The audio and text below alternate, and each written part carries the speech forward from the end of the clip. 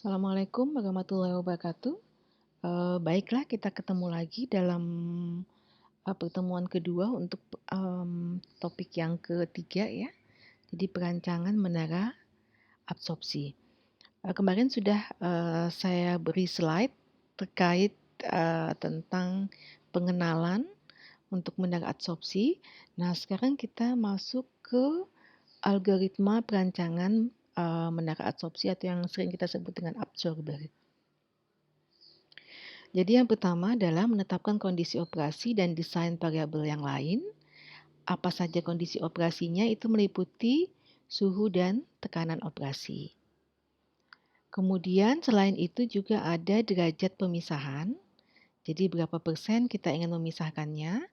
Kemudian konsentrasi yang kita inginkan dalam hasilnya nanti. Ini dalam kasus ini konsentrasi acrolein dalam asam akrilat. Ya, jadi ini, contoh kasus sebetulnya. Tapi step by step penyelesaian algoritma perancangan absorber adalah seperti ini. Jadi yang pertama menetapkan kondisi operasi dan desain variabel yang lain. Kondisi operasinya meliputi suhu dan tekanan operasi. Kemudian, desain variabel yang lain meliputi di situ ada, derajat pemisahan. Kemudian oke, derajat pemisahan. Kemudian di situ ada jenis dan ukuran bahan isiannya. Nah, karena ini menara absorpsi kita pilih misalnya adalah, tipe bahan isian, maka kita harus menentukan jenis dan, size bahan isiannya. Nah, untuk jenis dan size nanti saya akan, nanti bisa dibaca di buku Carlson ya, apa saja jenis-jenisnya, kemarin juga sudah dijelaskan beberapa, kemudian bagaimana cara memilih jenis-jenisnya juga seperti itu. Di sini dipilih untuk, kasusnya dia ini digunakan interlock saddle keramik diameter 2 inci. Didasarkan pada pertimbangan efektivitas tinggi dan umum digunakan. Jadi biasanya jenis, packing yang kita pilih adalah packing yang umum digunakan untuk berbagai jenis, eee, operasi absorpsi. Kemudian di sini mereka menggunakan, keramik karena bahannya bersifat korosif. Jadi pemilihan jenis packing juga tergantung pada bahan yang akan kita proses ya. Kalau bahannya korosif jangan pakai yang, stainless steel atau carbon steel, tapi pakailah yang bahan-bahan seperti keramik. Kemudian jenis material yang digunakan pada shell and tutupnya ya, ataupun bottom-nya. Di sini dia menggunakan alloy nikel, kromium, iron Sb168 karena adanya asam yang korosif. Jadi pemilihan jenis material untuk shell maupun tutup dan bottom-nya juga berdasarkan pada bahan yang akan masuk ke dalam menara absorber kita. Oke, jadi inilah beberapa parameter yang mesti kalian tentukan dalam perancangan menara absorpsi, yaitu tadi menetapkan kondisi operasi dan desain variabel yang lain. Kemudian yang kedua, setelah kalian menentukan semua itu, yang kedua adalah menghitung diameter optimal menara berdasarkan laju aliran massa yang terlibat. Ini juga sama ketika kita merancang menara destilasi. Jadi kita menghitung liquid, gas factor-nya dihitung dengan persamaan seperti ini. Kemudian menghitung persen plotting-nya juga dengan persamaan seperti ini, semuanya ada di Carlson and Richardson. Kemudian menghitung laju aliran gasnya, ini persamaannya V-way sama dengan, nanti kita lihat, itu juga di Carlson. Kemudian menghitung luas kolom dan diameter menaranya. Nah, ini juga ada di Carlson. Kemudian setelah menghitung diameter menara, kita menghitung tinggi packing dengan bantuan biasanya adalah program komputer.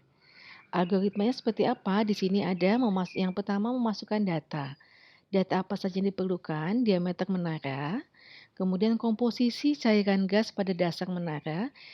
Ini diperoleh dari hasil perhitungan pada operasi pemisahan bertingkat. Jadi untuk PAP2 kita tidak akan menghitung itu, tapi nanti kalian mendapatkan materi itu di operasi pemisahan bertingkat. Kemudian suhu gas yang masuk, berapa, nanti dimasukkan ke dalam algoritma perhitungan di program komputer, kemudian suhu air pendingin yang masuk, suhu air keluar, kemudian properties zatnya dan bahan isian meliputi tadi propertiesnya misalnya densitas, viskositas gitu ya, temperatur, apalagi kekentalan atau viskositas, kemudian bahan isian jenisnya apa, faktor bentuknya, size-nya, dan lain sebagainya. Itu data-data yang mesti dimasukkan ketika kalian menghitung tinggi packing dengan bantuan program komputer. Kemudian di situ yang kedua, langkah kedua dalam algoritma program yaitu menyelesaikan persamaan neraca massa dan panas secara simultan pada setiap ruas tinggi bahan isian dengan metode Newton-Raphson order 4. Ini persamaannya seperti ini. Oke. Ini juga akan ada ya persamaannya di operasi pemisahan bertingkat, semestinya seperti itu. Ya, persamaan neraca massa, fase gas, karena ada gas yang masuk kolom absorpsi, kemudian ada neraca massa fase cair, kemudian neraca panasnya juga meliputi neraca panas di fase gas dan neraca panas di fase cair. Oke, persamaan-persamaan ini harus dituliskan dalam program komputernya. Kemudian diketahui komposisi cairan dan gas, suhu cair dan gas menurut fungsi tinggi tumpukan. Kemudian program selesai bila komposisi yang diinginkan telah tercapai. Komposisi yang diinginkan telah tercapai itu maksudnya adalah persen pemisahan yang diinginkan ya. Dan tinggi pada saat tersebut ditetapkan sebagai tinggi bahan isian. Oke, diameter kolom sudah, kemudian tinggi bahan isian sudah kita hitung. Kemudian langkah keempat adalah menghitung desain mekanik menara absorber. Apa saja desain mekaniknya meliputi yang pertama adalah perhitungan tebal shell. Ini di Brunel and Young sama ketika kita menghitung tebal shell untuk reaktor ataupun untuk menara destilasi ya. Oke. Perhitungan tebal sel dihitung dengan persamaan, ini juga bisa seperti ini.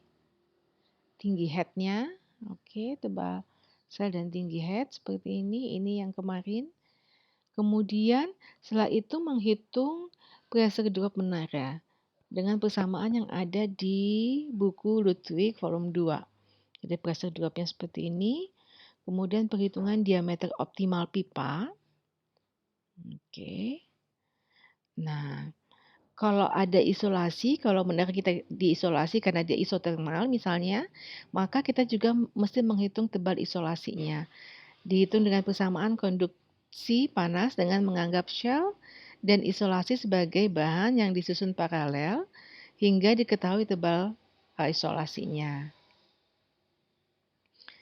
Kemudian langkah selanjutnya adalah perhitungan jumlah dan berat packing. Jumlah dan berat packing. Oke. Ini adalah langkah yang terakhir setelah kita tahu berapa tinggi packing, kita memasukkan packing-packing tersebut ke dalam kolom sesuai dengan tinggi. Kemudian kita bisa menghitung berapa jumlah packingnya dan juga berapa berat packingnya untuk memenuhi kualifikasi sesuai dengan perhitungan di atas tadi. Jadi ini adalah algoritma singkat terkait dengan perancangan menara absorpsi atau yang kita sebut dengan absorber. Oke ya, nanti kita akan lanjut materi berikutnya.